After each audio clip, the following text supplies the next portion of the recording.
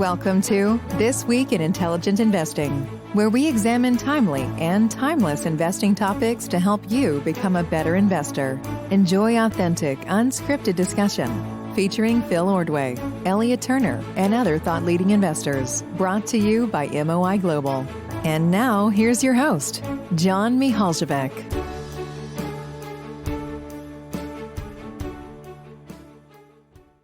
Welcome, everyone, to This Week in Intelligent Investing. Great to have you with us for a new episode. Also, great pleasure to welcome my co-conspirators here, Phil Ordway and Elliot Turner. We have a great discussion ahead, so let's just get started. Phil, I'll turn it to you. Great. Thanks, John. I wanted to take today as a chance to respond to a question we got inbound on John and Elliot's favorite social media platform, Twitter, a couple of months ago as we were wrapping up the first season. And it was from someone whose Twitter handle was slow-mo followed by a whole bunch of digits. So I don't know who exactly it is, but I thought it was a good question. And it was about confidence versus overconfidence. And the person asked if confidence is essential for successful investing, as in life, but overconfidence can get you killed in both investing and in real life. How do you balance the two?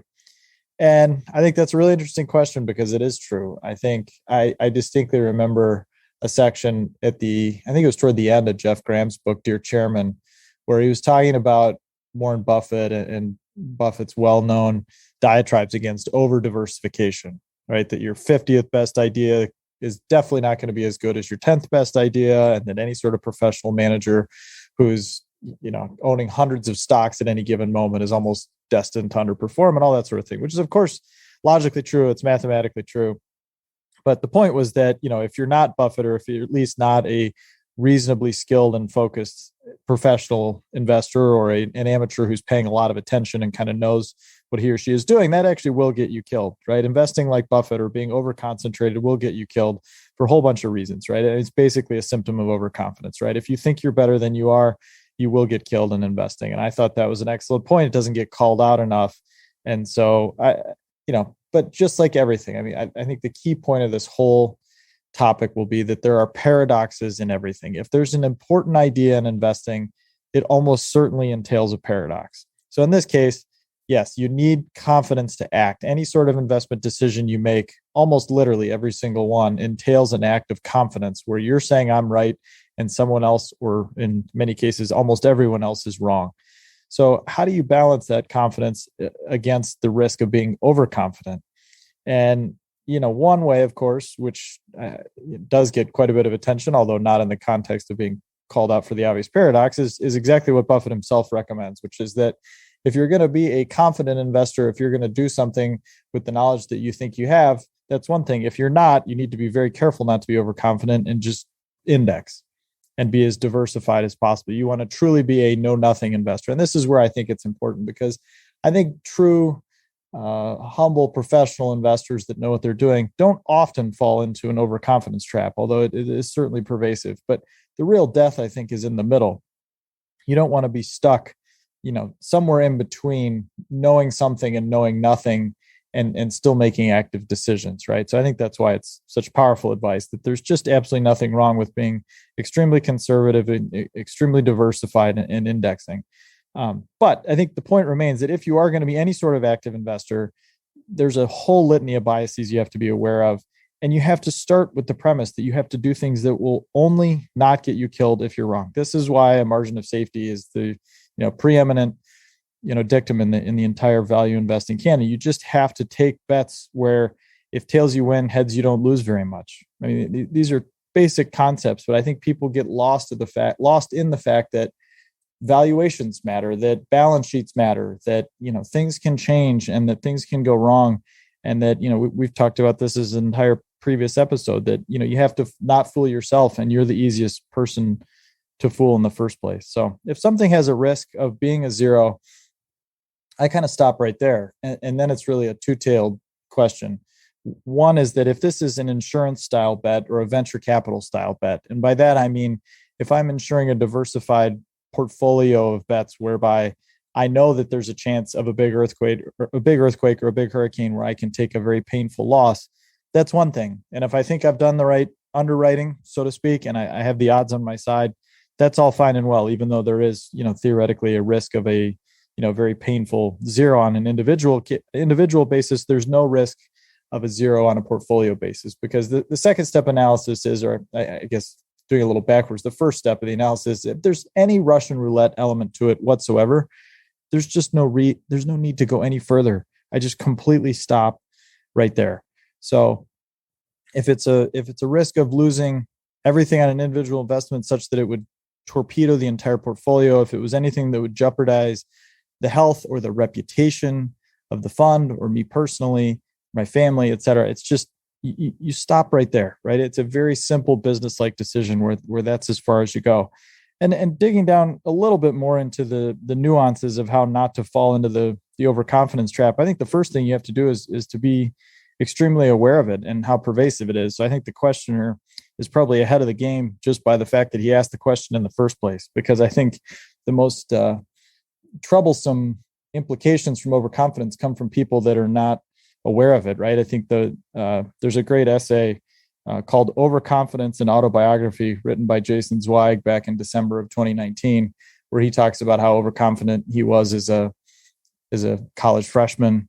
And he said something to the effect at the beginning of the essay that there's no more dangerous person in the world than an idiot who thinks he's brilliant, right? Which is very true. And on the flip side, or kind of related to that, is that wherever you are in this spectrum, you never want to underestimate the man who overestimates himself. So I think these sort of, pithy aphorisms point to how pervasive this concept is. So I think you need to just constantly be aware of it. No less an authority than Danny Kahneman has said that if he had a magic wand to eliminate just one psychological bias, and he's the world's leading authority on this topic, in my opinion, and in most people's opinion, the one bias that he would choose to eliminate to reduce the misery and complications created in the world would be overconfidence. So that tells you something right there. The single best way I've found to combat overconfidence is by focusing on base rates. So this is a concept we talked a lot about before, and I really want some sort of understanding as to how likely a reference class of circumstances or bets would be, and then how far divergent from that is what I'm saying is going to be true or is true now. How much am I really sticking my neck out? Because I think a lot of people make really bold, overconfident claims, and they don't really even understand how bold and overconfident they are. They think it's like, a 50-50 bet, and they're saying, no, it's 60-40. And it's like, no, that's not even close. Like the actual base rate is like 55-45 to begin with, and you're saying it's 90-10. I mean, that makes a huge difference, right? And, people who play games of chance, things like poker probably intuitively understand this better than most, but you really have to understand those odds and those base rates. Everything has a probability associated with it. And I think if you take that view that everything is a probability adjusted bet, that will help you reduce your overconfidence. Because if you start with this concept that I could be wrong and there's a number associated with how likely I am to be wrong, and that number is never zero, that will sober you up in a big hurry. And so the problem, of course, is that almost all the probabilities that matter, whether it's in investing or in life, are hidden, or they're unknown precisely. They can't be calculated, down to 2 decimal places, or even down to a single number of any specificity. So when those probabilities are hidden or unknown precisely, what do? It doesn't mean you ignore them, right? It just means you have to focus in broader terms and use a broader range. So the other, I went through then and made a list of the other biases that I think really pop up and kind of create overconfidence, particularly with an eye toward investing, of course. Things you should avoid, or things that I have a list. I literally have a list of these. I'm looking at it right now. It's hanging over my desk, and they're mostly alphabetical, so don't take these as one being more important than the other. The first one is anchoring. Whatever I paid, whatever price I think something's worth, prices that I paid in the past are totally irrelevant. Target prices are totally irrelevant. They're all useless. They have no utility in the real world, and all they do is tie me into an overconfident mindset. So I try to ignore them completely. Groupthink and peer pressure, when you're in any sort of community setting, whether it's an actual investment firm, whether it's an informal investment club, whether it's all your FinTwit bros, peer pressure and groupthink are a very real thing, and they can lead to tons of overconfidence. And I see it on an almost daily basis, and it's pervasive and it's hugely problematic. I think a lot of people ignore or are unaware of the planning fallacy, whereby they're so overconfident about what something will do, when it will be done, how long it will take. The famous quote on this is that, they asked a bunch of leading psychological practitioners how long it would take them to write a textbook. And the average response they got was that they thought it would take 2 years. And the shortest textbook was completed in something like 4.5 years. And the average was 7. I'm getting those numbers a little off, but you get the point, right? People almost always underestimate things like that. They're overconfident in their ability to get things done on a schedule. You see this in kitchen remodeling projects and renovations of all kinds, of course, right? So that's a symptom or potentially correlated with a cause of overconfidence. Something called the Ostrich Effect, which is, you just, when something goes wrong, you can't quite bring yourself to believe that you were in fact mistaken, and you stick your head in the sand. And I've seen this over and over again in myself and others. And I've just tried to shame myself. I don't know of any other way to put it, into just acting as quickly as I can and eating that humble pie as quickly as I can. The time to act on any sort of problem that I've discovered is right now, not tomorrow, not next week, not next month. It has to be dealt with right now. The contrast effect and framing effects are also very popular in the sense of I see them almost every day, and people get them or use them to ill effect, I should say. So relative value, I think for most of us and what we're trying to do, is completely and totally useless. So I've mentioned this before. I think people often confuse pricing and valuation all the time, right? So if you're trying to price a home in your neighborhood and you say, what is this home worth? You're not really asking what it's worth, because what it's worth entails a lot of other questions. It could be, the capitalized value of rent you could charge. It could be the financial plus non-financial value of having a nice place to live.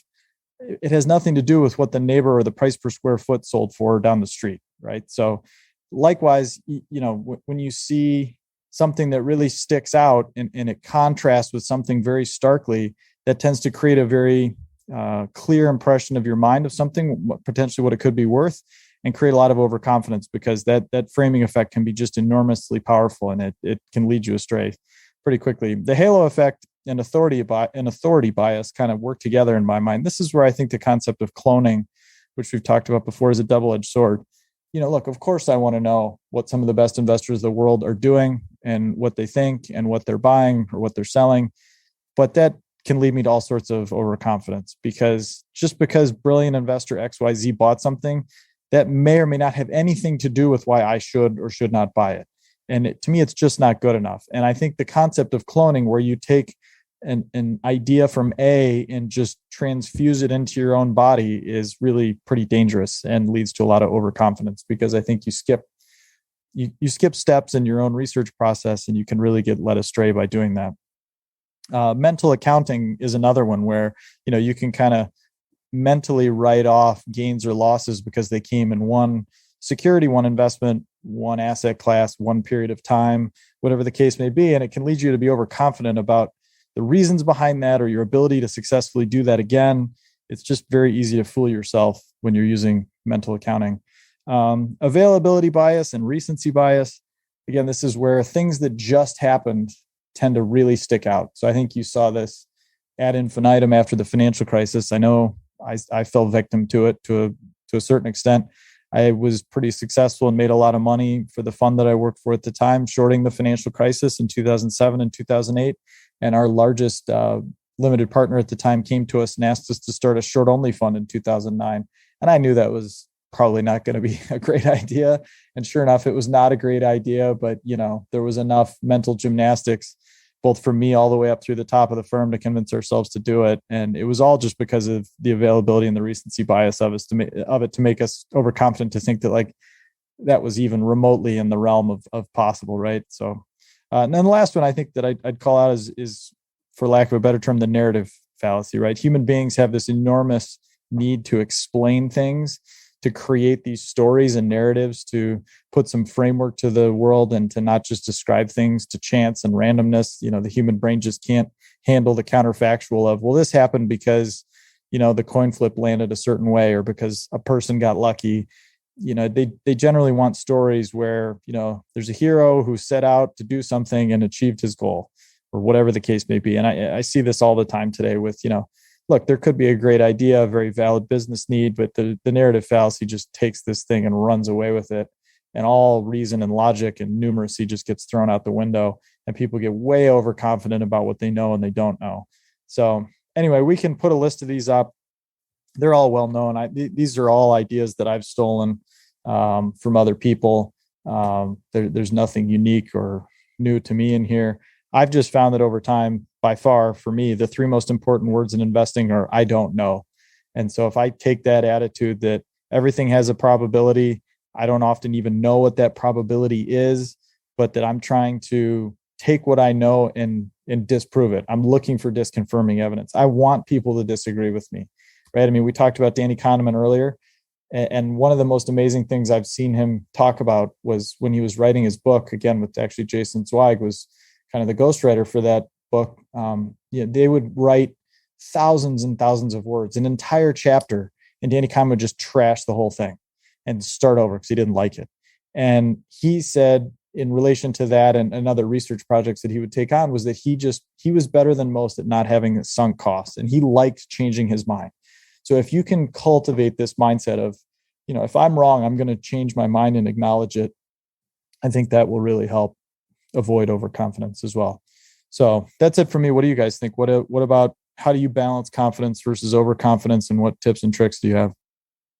Yeah, this is a great topic. But first, Phil, I got to say, I think it's your favorite social network too, because I can't imagine you liking Facebook more than Twitter. So, well, it would win. It would win in that race. That is very true. Okay, but just wanted to get you on the record and establish that. No, I do. I'm happy to go on the record as saying I like Twitter more than Facebook and Instagram and all the rest, but it's also an exercise in relative valuation, because that is the tallest tree in a very short forest. Hey, doesn't matter. Favorite's favorite, right? Yeah, there we go. So, I think this is a truly fantastic question, because, I loved your topic, Phil, in season 1 about having two competing ideas at the same time. And one of them is in investing, I think you really need to balance both conviction and humility. You need at all times to be very confident, but you also need to be humble. And so, I think that's really challenging. You have to have good awareness of yourself to know when, yes, I need to dig in and put my feet solidly in the ground and hold the line and know that I'm right above Mr. Market himself. And other times you need to be like, yeah, I'm actually wrong, and move aside. And it's really, really hard. But so there are a few things that I was thinking about while you were talking, Phil, and, I think you had some great stuff on the biases as well. But I think it's right on. You use this phrase, everything's a probability adjusted bet, right? So like in building your actual, in structuring your actual position, you are ascribing some degree of probability to the failure option, to the idea that you're wrong. And obviously that's not about the skew. That's just the actual probability that you're just not right in your thesis. And I think a lot about Soros saying that every investment is a testable hypothesis. You're not actually, saying with 100% certainty that you think you're right. But then there is something really powerful in, once you make this hypothesis, having things you're looking for to give you signs that you're right. And many times that happens in tandem with the market acknowledging that you are in fact right. Or, you can flip everything around that I'm saying to say wrong as well. But the most interesting times are those where you're right, but the market doesn't realize it yet. And what you're looking at absolutely confirms everything. And so when you could have that kind of confidence, when you could find those situations, and I think they're very rare. They're like special situations, and not in the special situations investment sense. They're truly special because of the rarity with which they come about. Those are the situations where you can really take a meaningful swing and make a considerable amount of money in very short periods of time. But, too much confidence is far more dangerous than too little confidence in markets. And so I think it's really, really apt that you focused on this idea of overconfidence. And one of the areas, though, where I think too little confidence is a really big problem was this other reference, the halo effect or cloning. I've often said this on the podcast before, but you cannot outsource conviction.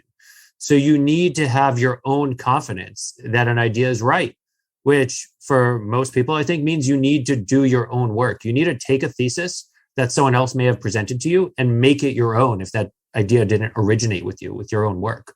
And it has to fit your framework no matter what, because the day you buy a stock, you're effectively flipping a coin.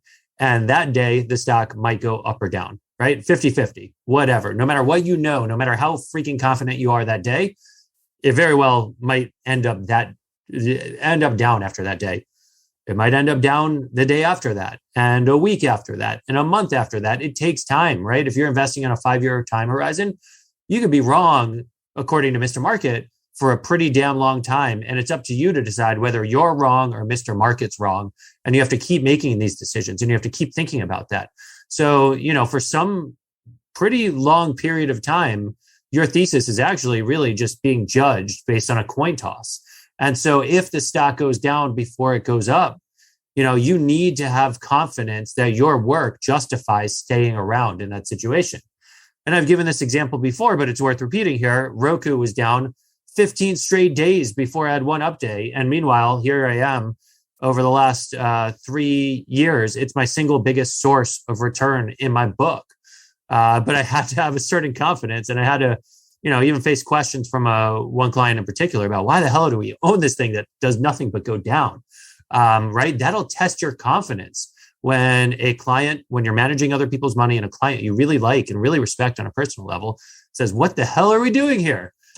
Confidence isn't just about having it inside you. It's about having to be questioned by the market and having to be questioned about other people and being able to stick through it.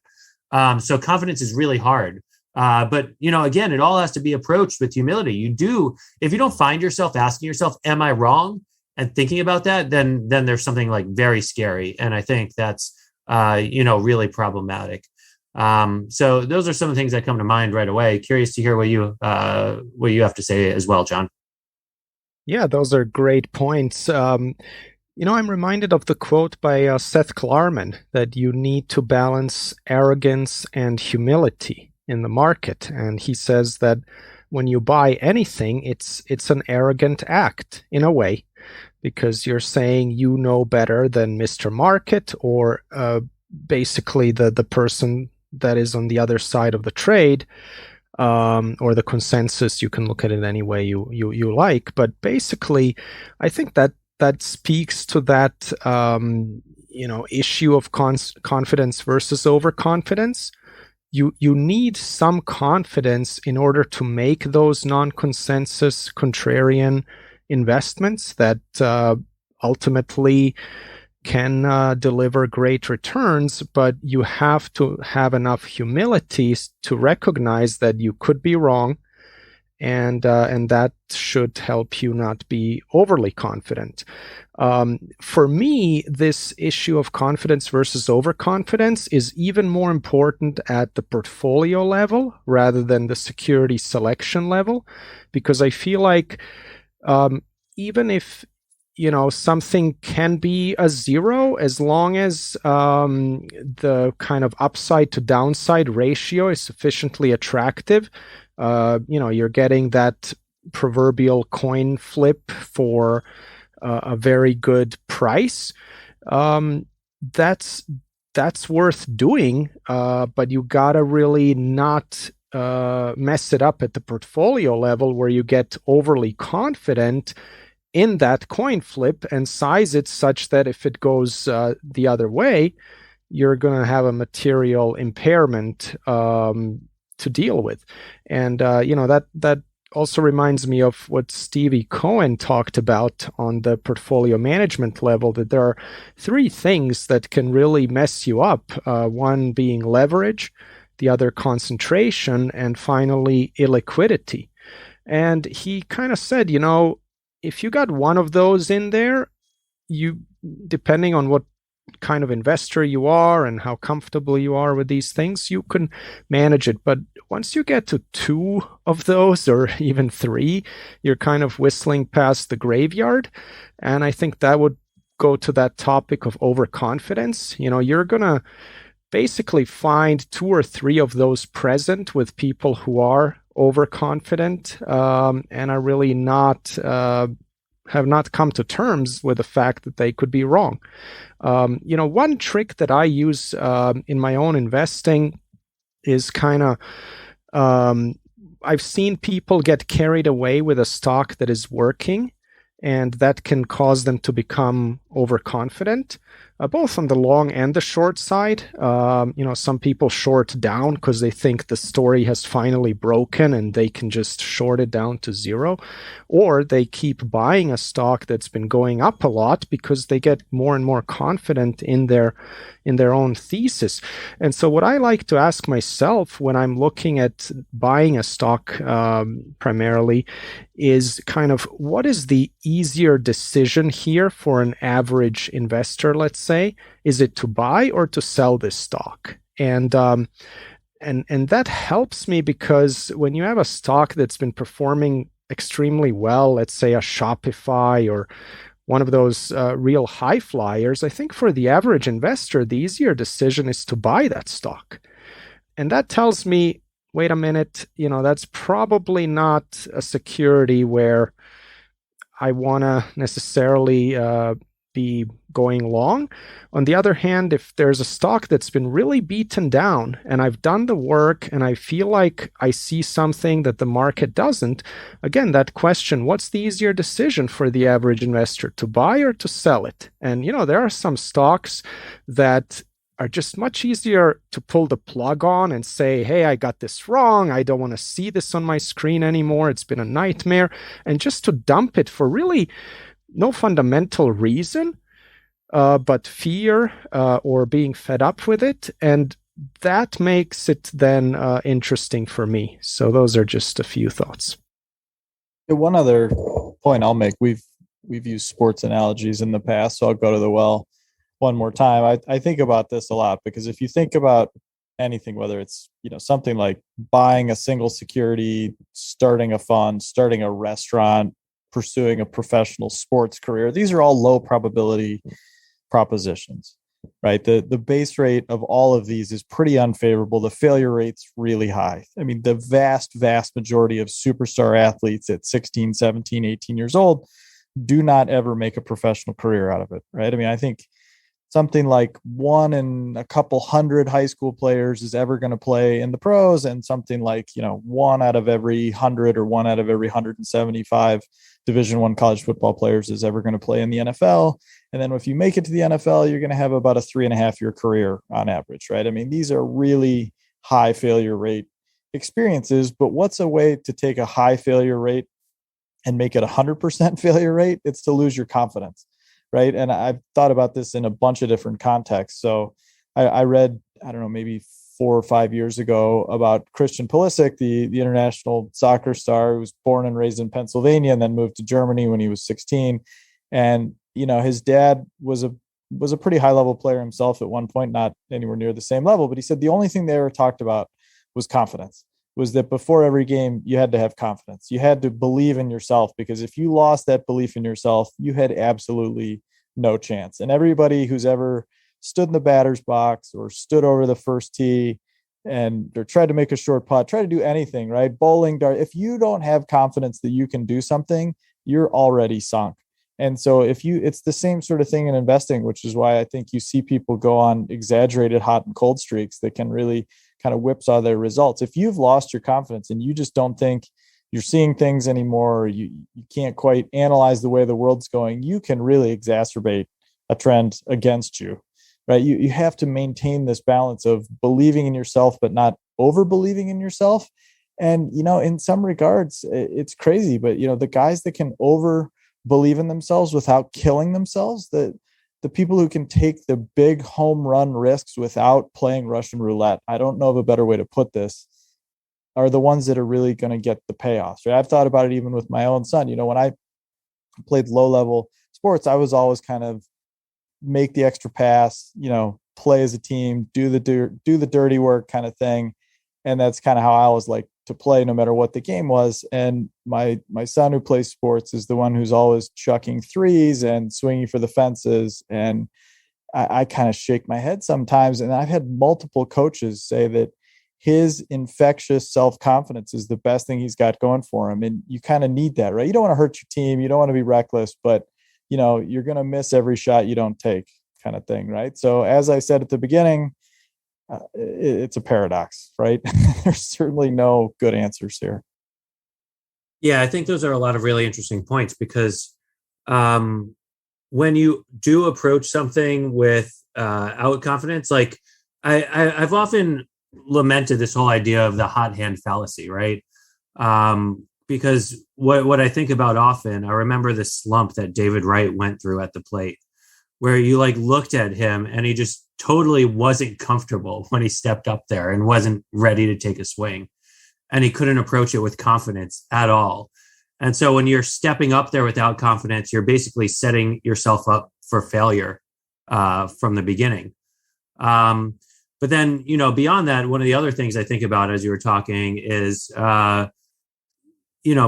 John, you invoked this idea of at the portfolio level. And Phil, you talked about like not putting yourself in these like really bad positions that could impair you too critically. Soros, I think, I talked about the hypothesis thing, but his rule number one was like, stay alive, live to fight another day. And if you live to fight another day, things might not work for a while, but you'll eventually put yourself in position to find something that does work. So I think, that's one of the key ways, this idea of portfolio management, it's a key way to balance a combination of your confidence and your humility. And for me, like another thing I think about, like to tie it further to the portfolio and position management, I believe in what I call semi-concentrated investing. So there's some contexts where I'd be called concentrated. Others, people would say, oh, you're not very concentrated at all.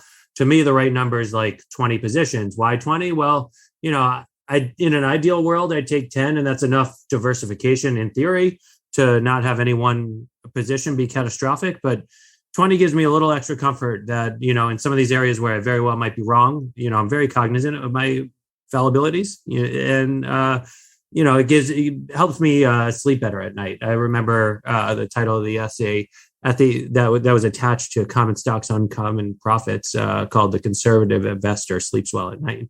And I think that's something that, I kind of latched onto in a different way than some other people would. But I think all these things, I like the invocation of portfolio management here. I think that makes a lot of sense.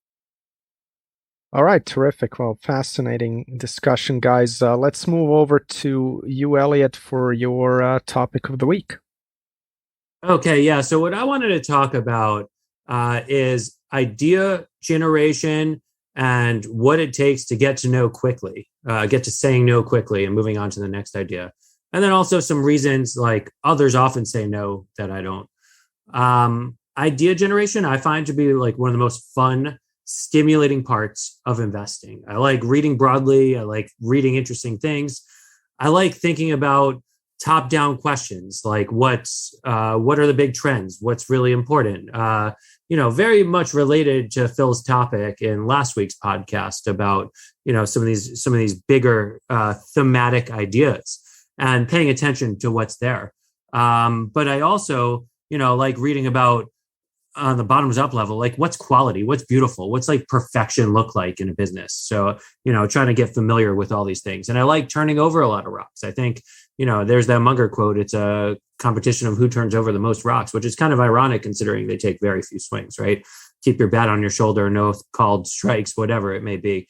But there's something to be said about looking far and wide, about turning over a lot of rocks and trying to see what ideas are out there, what ideas might pique your interest and pull you in. And what I like to do in general is, spend a lot of my time sifting through the world, figuring out what might or might not be interesting until something just like so strongly grabs my mind that I can't help but look at anything else for the next month or whatever it may be. And so, while I find this to be the most fun part, I think, you don't want to spend 100% of your time on that because you'll never end up going deep enough into something that, is worthwhile and having the confidence and conviction that we've been talking about. So what I figured I'd do is start by saying some of the reasons that I say no immediately, and some of the reasons other people might say no that I don't, and then ask you guys where you stand on some of these things and how you approach idea generation, and making sure that you're turning over a lot of things, but not spending time beyond where it might or might not have any interest, any appeal, where it won't inevitably get into your portfolio. So, to me, some of the reasons I like to say no, and these haven't always been the case for me, but, once they get to be there, that is what it is. That's where I'm at.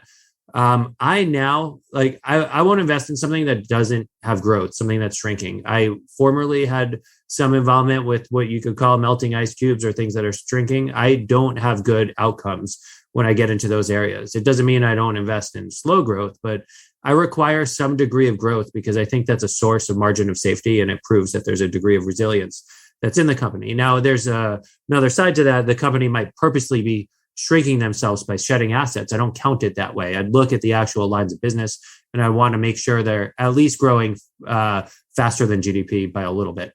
I don't like when customers feel stuck. So a lot of people like customer stickiness and switching costs, but I don't like when customers don't like the fact that they're stuck and they're not eager to engage with the company. I think that's something, I've seen presented as a source of moat, but when people feel stuck, there's not an affinity. And I really like when there's an affinity there. I don't like when management doesn't own a lot of the company or have good incentive structure to generate positive outcomes. I don't like bad actors or bad people. I don't like when companies don't do things the right way. So I have like a 2-strike policy of wrongdoing if they do things wrong. And, that's obviously subjective to a certain extent. But if they do things wrong in 2 different ways, I'm definitely not going to be looking at them any further. I personally don't invest in commodities or utilities. Like, those are spaces I'll entirely stay away from, for better or worse. There may be opportunities in there, but they're not my opportunities or things I can't fit into my own worldview. I don't invest in geographies where I don't trust the rule of law. I think that's something extremely important. And without me believing fundamentally in the society, there's a reason why Buffett says to bet on America, right? We've got a very long established history as far as global history is concerned of this kind of respect. Some people might quibble about certain administrations, but I by and large don't trust countries and geographies where the rule of law isn't well established and there are questions about ownership. I will not invest in a company where I can't come close to figuring out the unit economics. This is incredibly important for me. This is something I didn't do like 5 years ago, where I'd be a little more comfortable working with the aggregates. I have to get to the granular level, and I have to understand specifically what drives one transaction for the company, like one unit of transaction for the company. There's certain kinds of businesses where it's a little more challenging than others. If I really can't understand it, I'm out. I'm not going to even look at it. I'll move past that rock rather quickly. And I also won't get involved in situations where there's way too much leverage. Now, I understand there could be really attractive upside in certain cases, but it's not for me. And I know it's not for me. And so those are things that I stay away from. Now, I also figured I'd talk about ones I've heard other people say they won't get involved in, but like reasons others say no that I don't. There are some people that really don't like areas where there's too much change or lack of clarity going forward about what the business looks like. And I kind of find those situations to be interesting. I like dynamism. I like situations where there is change and there's a state of flux, because that creates, pretty wide range of possible outcomes. And if I could do good work and understand it, hey, I might take a look. And again, these aren't companies that I'd invest in. These are companies that I probably should take a step back here and say, what I'm talking about is taking a world of all stocks and narrowing it down to a list of stocks that I might be willing to do a deeper dive and work on. So, if there's a lot of change, that doesn't keep me away. That doesn't keep a company from going onto my list. Another thing that doesn't keep a company from going onto my list of interesting is that it's not cheap. In fact, sometimes I find very expensive companies absolutely worth putting on my list, and that being the time to work on them. Because when things get cheap, things move very fast in the market. When some of these really quality companies get sold off, they tend to be some of the first ones to get bought back up. And you have to be ready to act before the opportunity presents itself, not start your work only once it gets cheap. So sometimes it's almost more worth paying attention to what's really expensive, so that when the day comes that it's not, you could take your swing, right? You won't get called on a called strike there. Even though that doesn't truly apply in investing. I don't preclude companies with too much stock comp. And maybe I'll trigger some people by having said that, but I absolutely think way too many people fear excess stock comp as a reason not to be involved when they like everything else except for that. But oftentimes, I've never seen stock comp be the deterministic variable in whether an idea works or not. It absolutely influences the level of upside that can be achieved, but it does not ever influence whether an idea is right or wrong. Cyclicality is another reason why some people will say they don't invest in cyclical companies. I find cyclicality to be interesting. I especially am fond of growth cyclicals. They're inherently interesting to me. I also don't fear seasonality. Seasonality is very tricky and very tough to get a grasp on, and businesses that tend to be seasonal tend to have lower valuations, but I find seasonality to be very interesting. And last on this little list I had, I don't fear very lumpy growth, where you don't know where you can't really talk in terms of CAGR because, it moves more in like a stair-shaped pattern. I actually find those to be quite appealing. So these are some of my reasons to say no and reasons others say no that I don't. Curious what gets on your guys' list and just general context on how you approach idea generation and some of the things you do. Yeah, it's a good question. I think the quicker you get to know, the better you'll be, because you won't waste your time. You won't be sucked into making dumb mistakes. So this definitely ties into what we were talking about earlier. And it's a huge lesson I've learned. I mean, I wasted hundreds, literally thousands of hours. I've gotten better at it in the last 3 to 5 years, I think, a lot better. But certainly if you look back more than 5 years ago, let's say the first 10 years that I was investing professionally, I wasted so much time not saying no right away to companies that just had no business. I mean, they weren't going to deserve my capital, or they shouldn't have deserved my capital, let alone my time and attention. So I should have said no right away. So I think the number one thing for me is a business that I wouldn't own outright. So I think I got sucked into securities that were cheap and ignored businesses that were just terrible. And I should say this a couple of different ways. Businesses that were terrible in that they were poor commercial enterprises.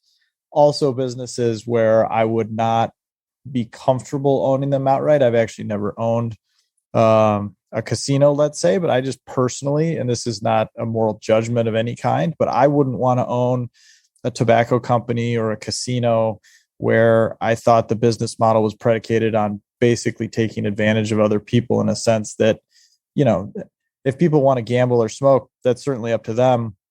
That doesn't mean I have to be the one handing them, the opportunity to do that and profiting at an unreasonable rate from that, in my opinion, a lot of times. So look, those businesses have every right to exist. They're going to always exist. Doesn't mean I have to participate in them. I'm not going to be the one running them, right? I always try to hold myself to the standard of being the best performing, the best informed, the most enthusiastic director on any company's board of directors. And if I can't picture myself taking that role right away, I just shouldn't go any further, right? Because if I'm not going to be in that role, figuratively or literally at some point, then I'm not going to have done the work on the company. I'm not going to have thought through all the myriad issues affecting the company.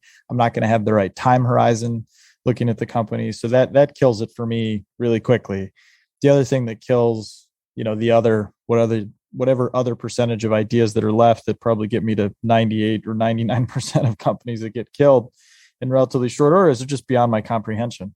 So I don't have a particularly strict filter on things that I'll look at. I'd like to think I'm capable of understanding things in multiple industries and multiple geographies. And I think, to a point you were kind of getting at, Elliot, I think the more rocks you turn over, the better informed you'll be. I think you need that mental database and that physical or digital database of ideas and concepts, structures, transactions that you've looked at that can inform what you're doing. I think it's super, super important. So, and I think being overly narrow and overly siloed in one industry, one geography can actually be detrimental. I certainly saw it right away when everyone who covered financials and housing just seemed completely incapable of wrapping their head around what was clearly happening right before their eyes. Right. It happens in every industry. It happens in every sector. So I think one way to avoid that is to just kind of try to stay a little bit broader, or at least in your reading and your thinking. But other things that will kill things right around the margins if it passes those first two big filters. You mentioned this as well, but bad management. And by that, I mean just people I wouldn't hire or partner with or work for. And it's a Justice Potter Stewart kind of test, when you see it. But the other element of it is bad incentives, because I've seen so many cases over the years. This is something I didn't understand as early as I wish I did, is that bad incentives can create bad people, and bad is in air quotes, but you get the idea, right? That with the wrong set of incentives, pretty much anyone can end up with bad behavior or bad outcomes.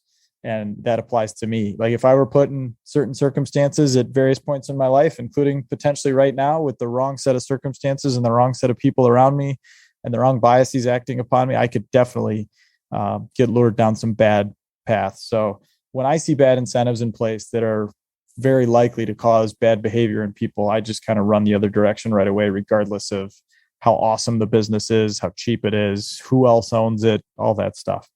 Like you said, I just stop when it's a country that doesn't observe the rule of law. I frankly find the whole situation in China right now really bizarre, because the rhetoric's changed, I guess, in the last month or two, but nothing fundamentally has really changed. I mean, anyone who thinks this is like some massive sea change that's happened this summer is kidding themselves. I mean, these structures that were all set up through the Cayman Islands and whatnot, I mean, there's a reason for all of it. And it's just not, I wouldn't literally be allowed to own the whole enterprise outright. So why would I want to own a little fractional share of it through a British Virgin Islands depository trust or a VIE? So I don't know. I find the whole thing kind of bizarre. If I can't understand it, if I can't read it, the original documents, or a company produced exact translation of them, it's going to be difficult. So one thing I don't do, I think valuation is a horrible first filter to kill something, just because you can get really lazy and something can look optically expensive even when it's not. That's cost me a lot of money and a lot of mistakes over the years. So I try to leave valuation to the very, very end. That is not something that will cause me to get to a quick no. Is valuation. It will cause me to get to more no's than I would like. I mean, there's lots of good businesses running around right now where I spend time on them and get all the way to the end, and then the valuation's just a little bit out of reach. But to your point, Elliot, you do the work now and hope for a better day with a more favorable valuation and according set of odds. I personally, I guess in some slight differences of opinion, I don't mind companies that are not growing or even running off, at least if the incentives are correct and what's being done is rational and reasonable. I agree, though, it's tough. Like it probably takes a tough situation, i.e. investing, and makes it even harder, but it's just not something I would rule out. I actually have had success there for good reason, I think. So that's something I would gladly look at. I also don't mind if a company's over levered, if there's a reason for it and a plan to do something about it. And if the risks of what we talked about earlier of overconfidence and killing myself are palatable, and on a kind of insurance underwriting basis, it's something I can stomach. I mean, over leverage is not a hard no for me by any stretch of the imagination. But I do think a great point you made was, I think, stuck customers. I mean, you look at things like, I'm going to own, I'll pick on Comcast or Verizon. I've had particularly bad experiences with both companies lately. And, it's like, they're captive customers. And it's like, captive is the wrong concept, I think, because nobody's that captive for that long, particularly when you're capitalizing things at multiples that imply multi-year customer relationships. So that is a bad reason. If the entire investment thesis is predicated on a stuck customer rather than a repeat happy customer, I agree. That's going to be a hard no for me pretty quickly. So what about you, John? Yeah, really interesting points you guys raised. I think this notion of saying no quickly, I probably heard that first from Monish Pabrai, but it's something I do a lot as well, because I do like to look at a lot of ideas, and so being able to say no quickly is important. I'm going to kind of be in the other camp on valuation. For me, that is a quick no. If a company is just way too expensive, and let's say something is 50 times sales, I just kind of, it goes a little bit back to the idea of base rates. If something's at 50 times sales, normally it's going to be hard to get a good return. Maybe this is an exception, but for me, it also just doesn't excite me to pay a ton of money. It's, again, maybe more of a personal bias, but I get excited when I can pay little for something that I think is worth a lot, even though here, maybe something trading at 10 times sales is going to maintain that multiple and be growing, sales at 30% a year. So you end up with 30% return. So it can absolutely work. But just for me, personally, it's not something I get very excited about. Unfriendly management, definitely a big one, and I learned this the hard way. I just kind of, when I started out, assumed that all managements were doing the right thing and taking their fiduciary responsibility seriously, including the board. And I just learned that that's absolutely not the case. So that's a big one. And then probably the other one for me is just kind of, do I know enough to feel comfortable buying the whole company? And by know enough, I don't mean having done all the due diligence and all of that, because we're talking about saying no quickly. I mean more, is this the kind of company that I could know enough about to be able to say, this valuation is a great price. So let's say, I'd feel comfortable with a sports club versus a biotech company. So for a biotech company, I'd probably just say no very, very quickly, unless it's some kind of a special situation where, their technology isn't that key to the story.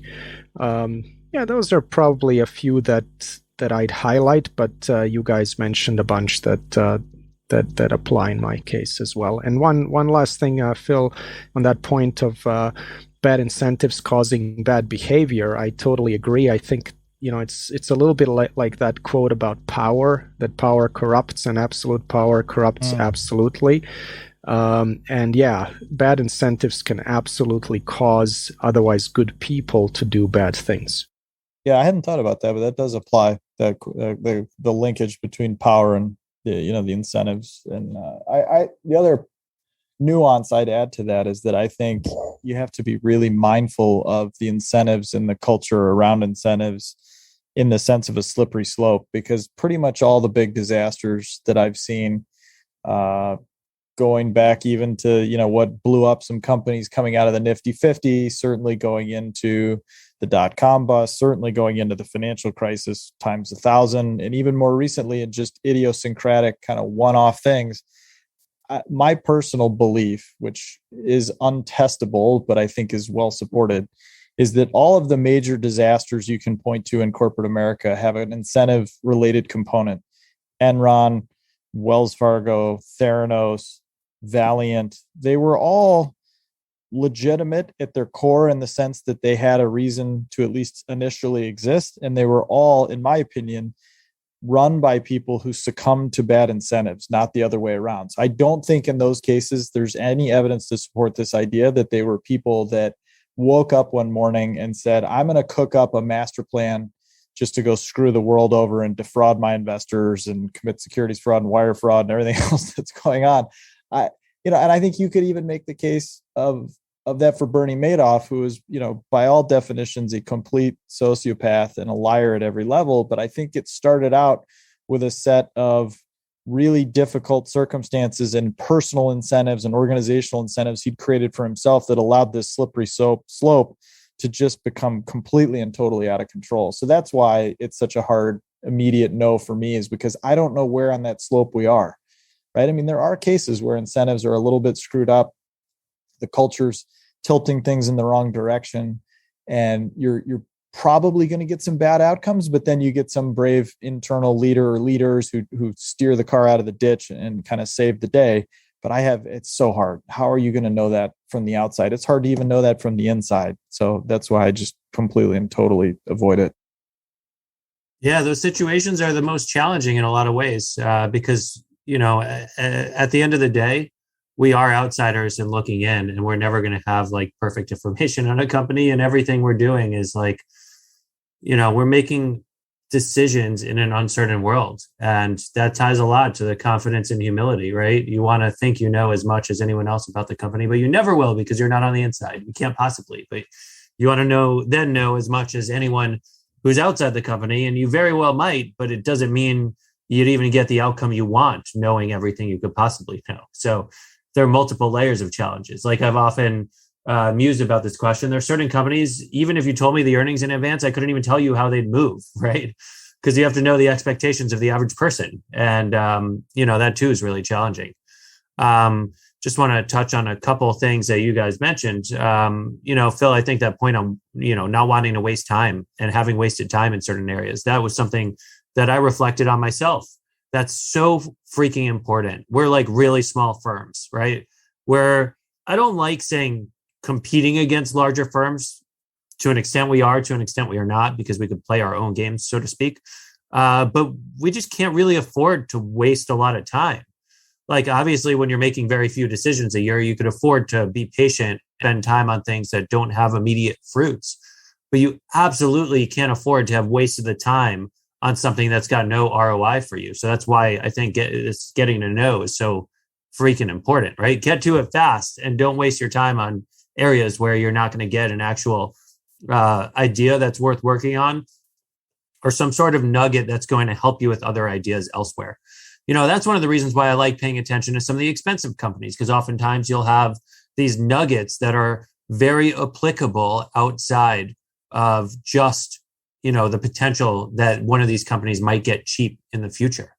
And you never know where it might be, but, not to keep mentioning Roku, but I was working on Trade Desk before I got to Roku, and it was through that work that led me there. And so those kinds of things are interesting.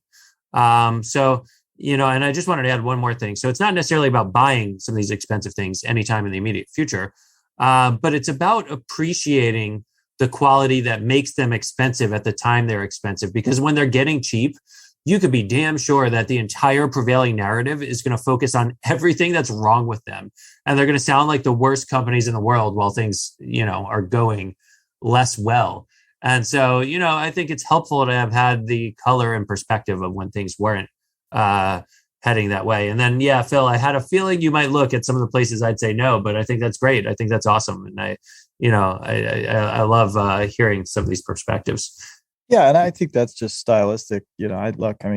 A very good, very successful, rational venture capitalist is going to look in places where I'd say no right away. But I think, and so whether it's hyper growth, moderate growth, shrinkage, right? I mean, that to me is like all very secondary from the foundational stuff we talked about, which is that I don't care what your style of investing is or what framework you're deploying, you'd probably be better off if you would just avoid and say a quick no to businesses that you wouldn't own entirely outright, and businesses where you felt like they were beyond your comprehension, and businesses where you felt like the incentives had the risk of creating bad people or bad outcomes. Like those three things to me are just so foundational. And then look, is it good to look at leveraged or over leveraged companies versus completely clean balance sheets? I mean, we're splitting hairs at a certain level at that point, right? So. All right. Well, this has been a terrific discussion. And Elliot, I'm glad that this pod is a good ROI for you and not a waste of time. So without a doubt, it's awesome. Excellent. Well, Phil and I will keep trying hard to make it that way. And Phil, I love the statement you had about beliefs that are untestable but well supported. I might use that. Yeah, I mean, look, there's no, I'm kind of obsessed with this whole concept of, proving a counterfactual, which of course you can't do, but you can at least think through it. And so, I'd throw out this idea to people all the time. It started actually with Enron, which is like, all right, if you look at the case here, like, I don't think there's a huge body of evidence that supports that Ken Lay or Jeff Skilling or even Andy Fastow like woke up one morning and said, like, I'm going to commit massive amounts of fraud here. It was truly like a slippery slope, I think, the evidence. But how do you test that? How do you disprove that? It can't be done, right? So I think that's true of a lot of things, just like we talked earlier about what odds are calculable and what odds are not. And the same applies to this. And John, I want to add one more note on that ROI, because as much as I love talking to you and Phil every week, and I do, another piece of it is also, I've had great feedback from you listeners out there. So keep it up. I really have enjoyed some of the conversations and some ideas some of you have put on my plate to keep sifting through. So that's one of the coolest parts of this all. So thank you, everyone. Agreed. And I'll second that as well. Keep your questions and comments coming.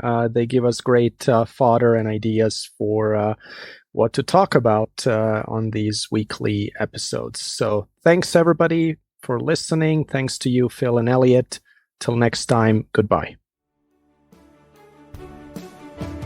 Thank you for listening to This Week in Intelligent Investing, brought to you exclusively by MOI Global, the research-driven membership organization. Learn more at moiglobal.com.